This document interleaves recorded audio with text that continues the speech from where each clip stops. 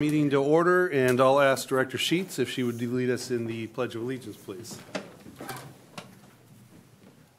I pledge allegiance to the flag of the United States of America and to the republic for which it stands, one nation, under God, indivisible, with liberty and justice for all. Thank you.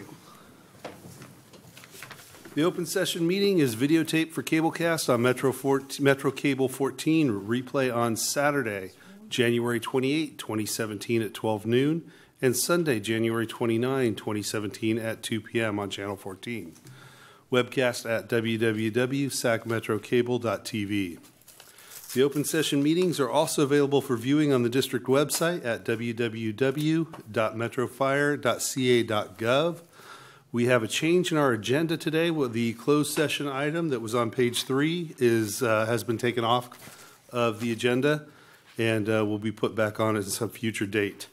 With that, are there any, well, now's the time for public comment on matters on or not on the agenda. Are there any speakers? There are no speakers this evening. Thank you very much. We move on to the consent calendar. Mr. President, I move the consent calendar. I second it. I've got a motion and a second. Would you call the vote, please? Director Gale. I would like to see a copy of the contract, the extension, but I'd like to see I have a copy of that for the action.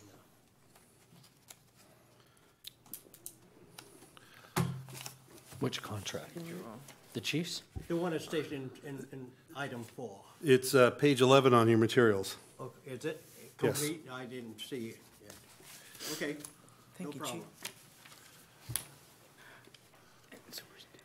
Would you like to abstain, Director Gale, or would you like a moment to review it? No, I've read it. No problem. Yes. Thank you. Director Gould. Aye. Orzali. Aye. Barnes. Aye. Jones. Aye. Sheets. Aye. Clark. Aye. Kelly. Aye. And Wood. Aye. Motion passes. We'll move on to reports. The one item I've got to report on, and I want to thank the chief and his staff for doing this, our board meeting, regularly scheduled board meeting for April 13th, that's the first meeting in April, is going to be held out at Station 50 at 8880 Gerber Road. It's a lot of work for staff and the station to host us out there, but when we did that out at old 111, or the new 111, it was quite a good event for us to get out and do that. And so we're going to try and do that twice this year. First one being April 13th. So mark your calendars. We will be down at Station 50 in Jim Barnes, Director Barnes' district. So does that mean he's buying dinner? Yeah, That's what I heard. I vote for that. I make a motion. Second. Call the roll. What you asked for. That's all I have. Fire Chief's report. Good evening. Directors, I have just a few things here to go through. The first one is the Employee of the Year Selection Committee has come forward with 3 people for the 2016. The suppression member is Captain Sean Condick. He has been started his career with the American River in August of 1990. He is a truck captain at Fire Station 109 and oversees truck crew and 3 firefighters, and actually I think that is the rescue over there, correct? The hazmat crew that's over there. He's been involved with the hazmat program and a leader in that, and along with that full-time job, he also works as one of the directors with Local 522, and so he will be the suppression recipient. Fire Inspector Diana Smith is the support recipient. She became a member with Metro in 2003.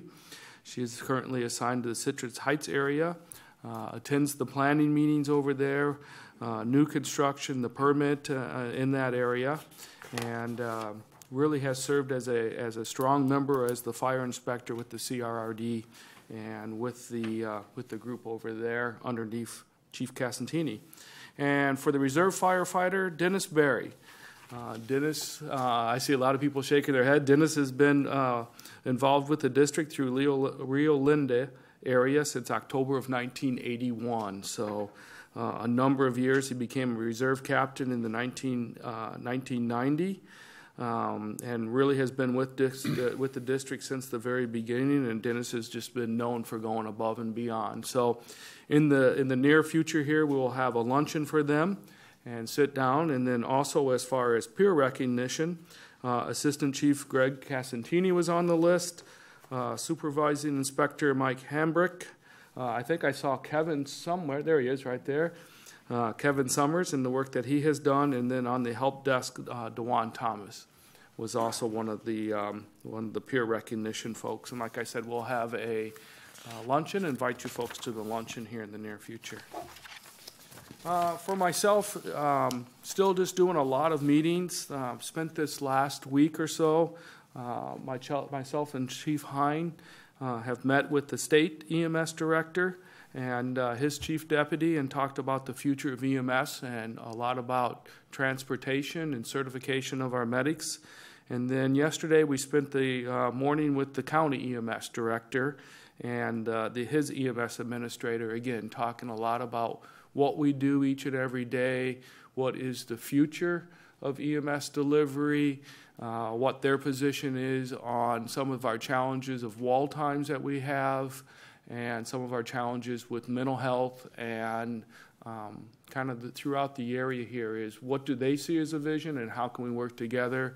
And during that time, I think it was a very good relationship builder for Chief Hines and myself, and we also offered up that Metro would be interested in the future of pilot programs, as if we could tackle some of these areas of wall time or mental health.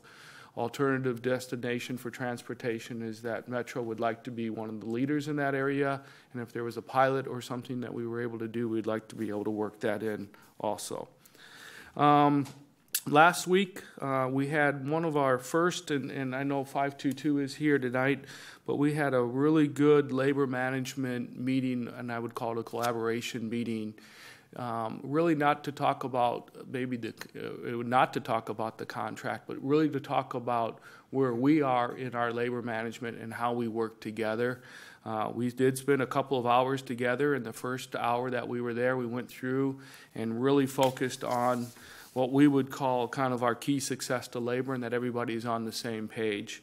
Some of those are about how do we communicate, transparency and communication, how do we set goals, focusing on the relationship versus outcome, how do we build trust, memorializing the meetings and agreements that had been done, and then agree to disagree, but agree to move forward during those times. So we kind of set those things, and then we talked about in 2017, what are some of the topics that we are looking at as a group with labor management that we can tackle.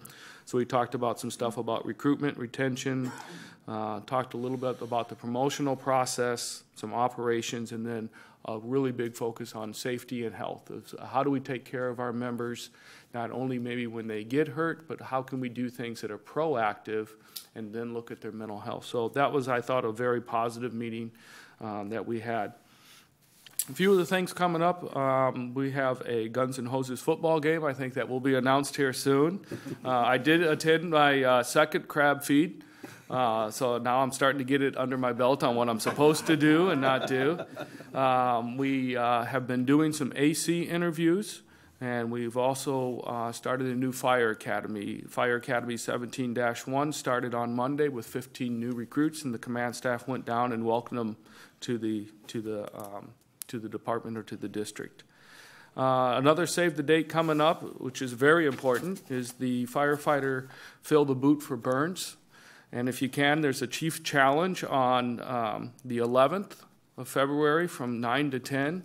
And I've been challenged by the chief of just south of us by Consumas to who has the most donations. So I don't know if I can hit you guys up or not. So I'll have to see you on that there as we kind of. You've got a senior staff too. I got a lot of friends now that I'm starting to reach out to.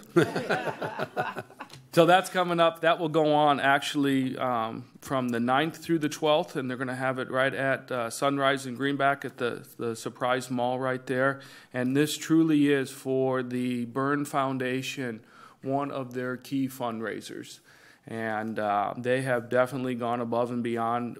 Some of the Last year, unfortunately, during a fill boot, a member from a different department was killed while in the roadway, and they have gone above and beyond for safety and making sure things were in place.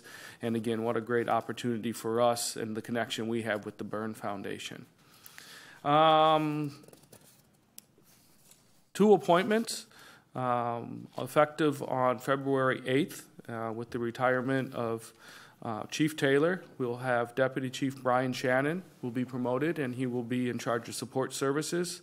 He has 25 years of service, 22 years with the district, and truly has come up through the district and be firefighter, paramedic, captain, battalion chief, and assistant chief.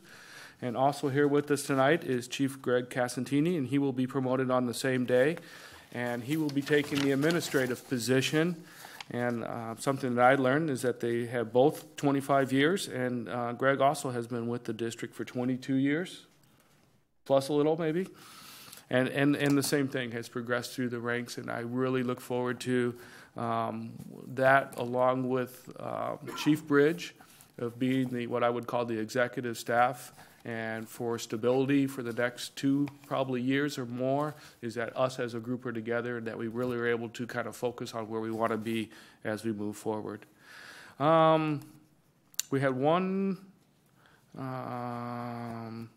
last thing is just that the engineer's promotional exam was announced, and we'll be having that and a captain's exam in the spring coming up.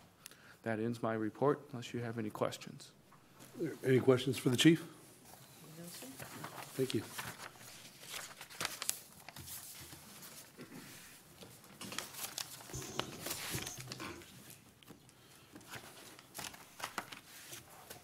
Chief Shannon, sorry. Nope. No, I said Chief Shannon. He's better looking. Sorry, Chief Bridge. The floor is yours. Sorry. Chief Shannon has better eyes than I do. So, President Wood and directors, the Chief Harms, Eric Bridge, Chief Operations. I have relatively short reports tonight, but I just wanted to reach out. We have been a little bit busier these last few weeks due to flooding events and also the flu, being the peak flu season. So typically we'll see average calls for Metro about 3,500 for every 2 weeks. So we're at about 4,200 now since that. So it is quite a peak there. And just so happens to be the other part, just to make you aware, is our technology at the communication center is fairly outdated, and so I don't know if our CAD system still works fine, but there's a component called an RD lab, and I know, thank God I have Matt over here for helping me with IT stuff. But this RD lab, if I'm getting it correctly, is the technology piece that's the outdated one. It's over 35 years old, and it is basically outdated. It's failing. It's the power supply unit that sends a signal to our computers on the fire engines. So we have screens. So fortunately, the good thing is we do have other technology to assist us with the communications technology called Active 911, and the other components are working for us too. Our pagers are still working, and so we're still getting the calls and we're still getting out there. But what's happening is it's creating a tremendous amount of radio traffic. So we're having to split our radio channels, and it's unfortunate, but it's just part of technology. The good news is on the horizon is our new CAD system, which will switch us over to newer technology, so we'll be able to do away with that. Did I get that right? We're going to LTE technology? Correct. That's good. So, yes, LTE. I always think different terms, but I'm sure it has some good IT terminology to it. But good news is, though, our new technology is coming. We just got to get through about 10 more months. So with that concludes my report, unless there... Oh, I want to acknowledge a couple people first real quick. Battalion Chief Tyler Wagaman. He's spending a tremendous amount of time after hours on his days off. He's our CAD coordinator, and he's helping our communication center folks facilitate a lot of these changes too, and I'm sure Matt Roseberry's been instrumental as well. But Chief Wagaman happens to be his day off, and he's down there at the comm center right now helping out. And then a couple weeks ago, we had the EOC activated, Emergency Operations Center out of McClellan, and many of our members were at the EOC assisting the county OAS chief over there with standing up that EOC. So, and we do have a lot more EOC training, web EOC training coming up, and that's going out to all personnel. So we hope to have some of our professional staff maybe get in on that as well, because you don't need to be a chief officer to be a web EOC end user. But so for those who want to be involved in large-scale incidents and how to manage those, that's a good training opportunity, and it's coming up. So we're very busy, and we're working on lots of it, and that concludes my report, unless you have any questions. Thank you very much. Any questions for Chief Bridge? Thank you, Chief. General Counsel's report, John Labra. No report. Moving on to committee and delegate reports. The executive committee has not met and does not have a meeting coming up. Local. Oh, I'm Local. sorry, John. I skipped right over you. Local 522.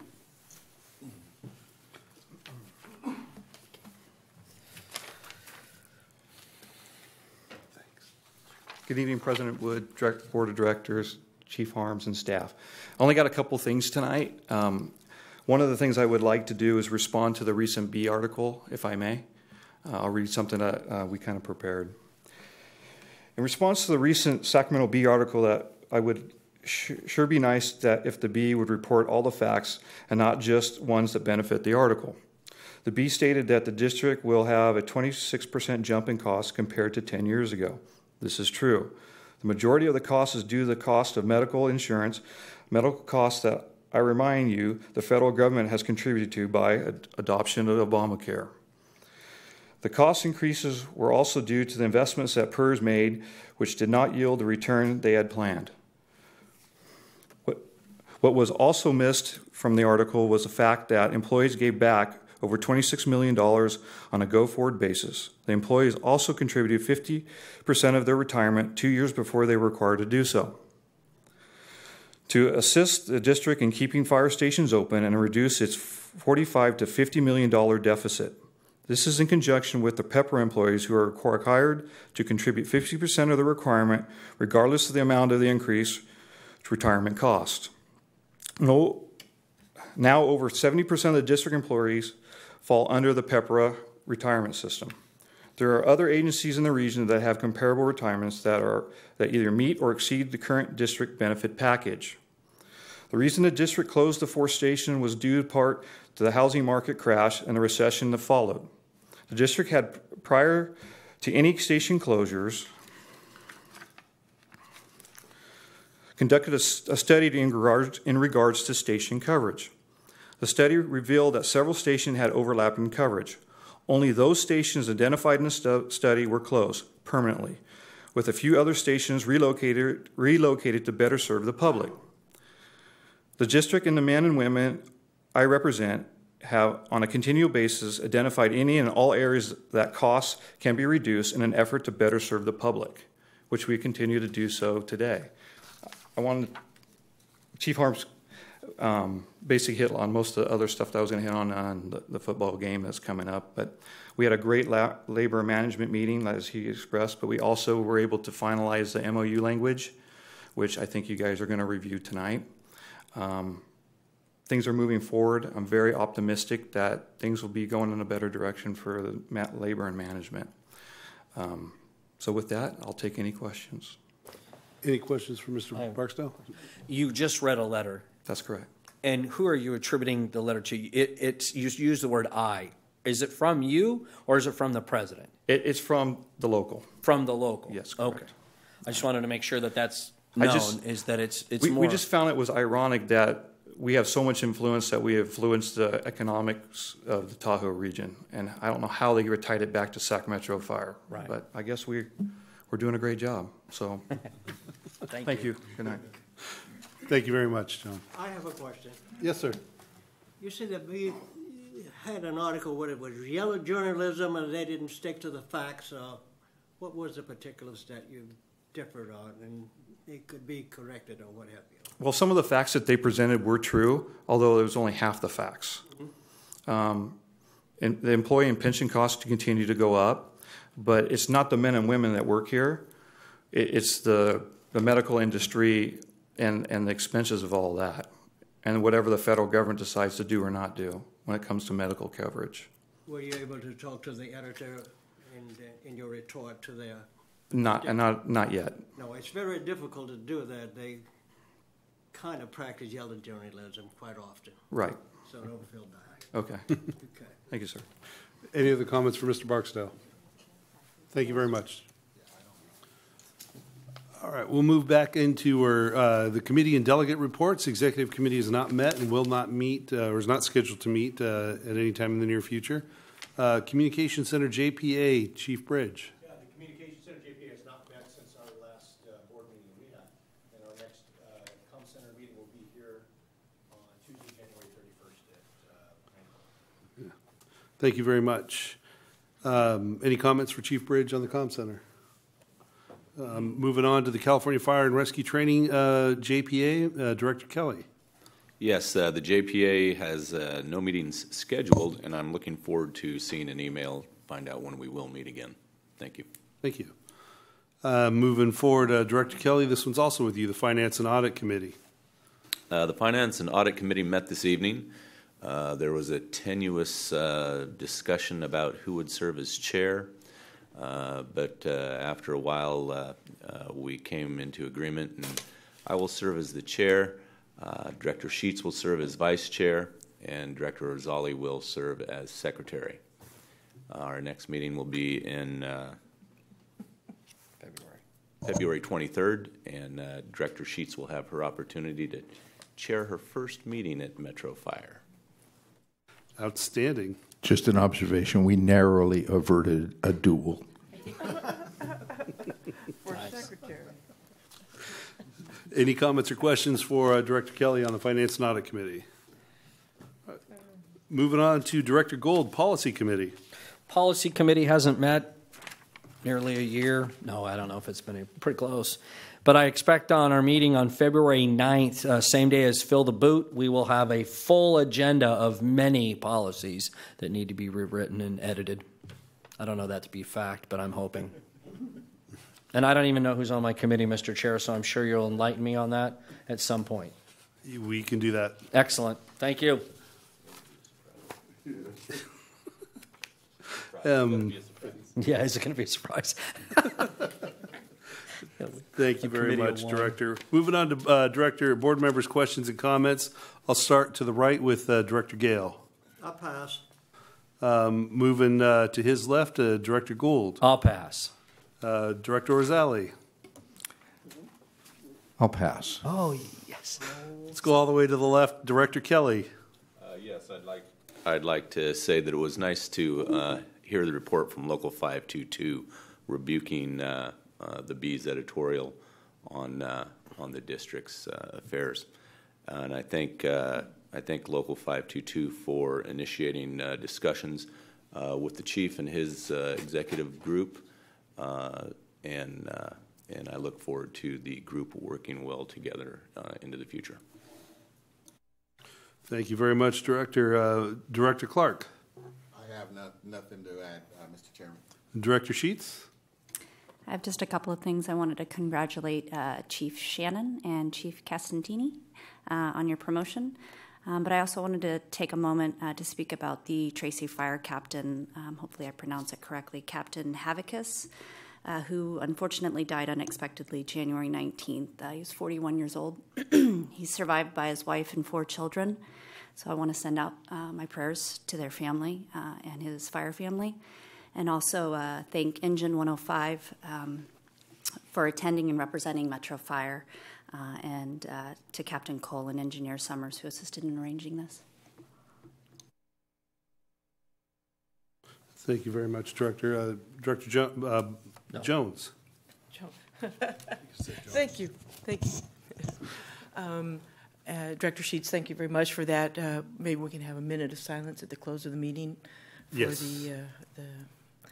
the tragedy there in Tracy. Thanks for the information about the peer recognition chief. That's terrific, and congratulations to the good list that you presented to us tonight. I want to wish good luck to all the new recruits. We'll see everybody at Fill the Boot, the 9th through the 12th. Bring your checkbooks. And congratulations to Chief Casatini and Chief Shannon. Congratulations. Thank you, Director. Director Barnes. Thank you, Mr. Chair. The one thing I want to bring up is Local 522. Again, thank you for being here. I agree. I read that article, and it started off as like a pension reform where it's all dark and gloom, and then it focused on 522 and Metro Fire. And so I appreciate you writing that and standing up for the cause, because I agree with you. There's sometimes the flavor is out there, but they paint it in a direction that makes it not accurate. So thank you for doing that. This weekend, you've heard it. I heard pass, pass, pass. I hope we see a lot of passing this weekend. The game is Saturday at 1 o'clock, Sacramento State University. Pig Bowl presents Guns and Hoses. We have a safety fair from 11 to 2 for kids, bounce houses, all the apparatuses, and it'll be a good time. We got great weather. Kickoff is at 1. We have an amazing event. We are honoring CHP Officer Nathan Taylor, who was killed in line of duty up in Truckee, and his family will be there. And then Motor Officer, CHP Officer Mike Erickson, who was run over while on duty. He's got a long road to recovery, but he's finally making it where he can get out. And he's going to be our honorary captain that day. We're going to have a flyover, and it's kind of cool. The helicopter's going to peel back around and do a ball drop. So I don't know. I'm not going to catch it. I know that.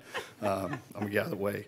But again, it's for the local charities. The biggest one recipient on the fire side is Firefighter Burn Institute. Last year we gave them $8,000. We look to give them more each year as the charities go. So we challenge the community, fill the seats. We can spread the money, and that's what we want to do. It's a great and worthy cause. So hopefully everybody come. It's going to be a great time. 2015 for the record, fire won. 2016, law won. So if history repeats itself, I'll stay neutral, but we'll see who wins. So that's all I have. Thank you. Thank you, Director. I just want to echo the comments from Director Kelly, Director Barnes. Thank you, John, and your work, both with the article and with reaching out to the chief, and looking forward to having some good years ahead of us working together. Congratulations to Chief Shannon and Chief Casantini. Look forward to working with you guys in those roles over the next couple of years as well. Excuse me. As said, I'm going to get the name wrong. It's Captain Hatticus? Hatticus. Let's close our meeting with a moment of silence for Captain Hatticus. Before we do that, just make a note that the next meeting will be February 9th at 6 o'clock. Thank you.